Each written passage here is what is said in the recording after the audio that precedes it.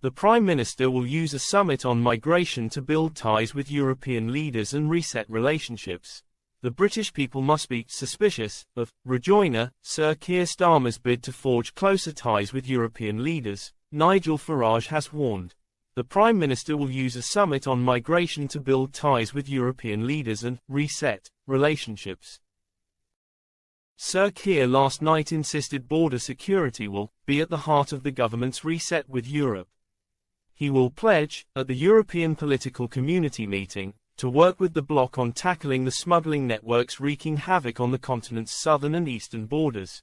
But Reform UK leader Nigel Farage told the Daily Express, "We should all be suspicious of the government's motives here. They are all rejoiners."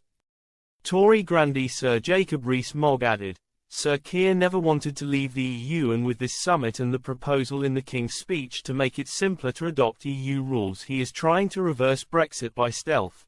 It comes just hours after measures introduced in the King's speech paved the way for the UK to align with EU rules and diktats."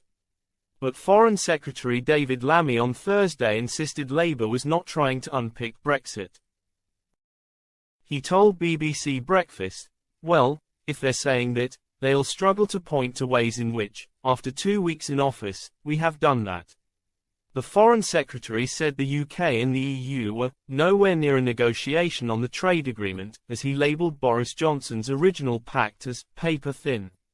Asked which EU rules the UK could align with in future, Mr. Lammy said, "We're not at a point of negotiation with the European Union.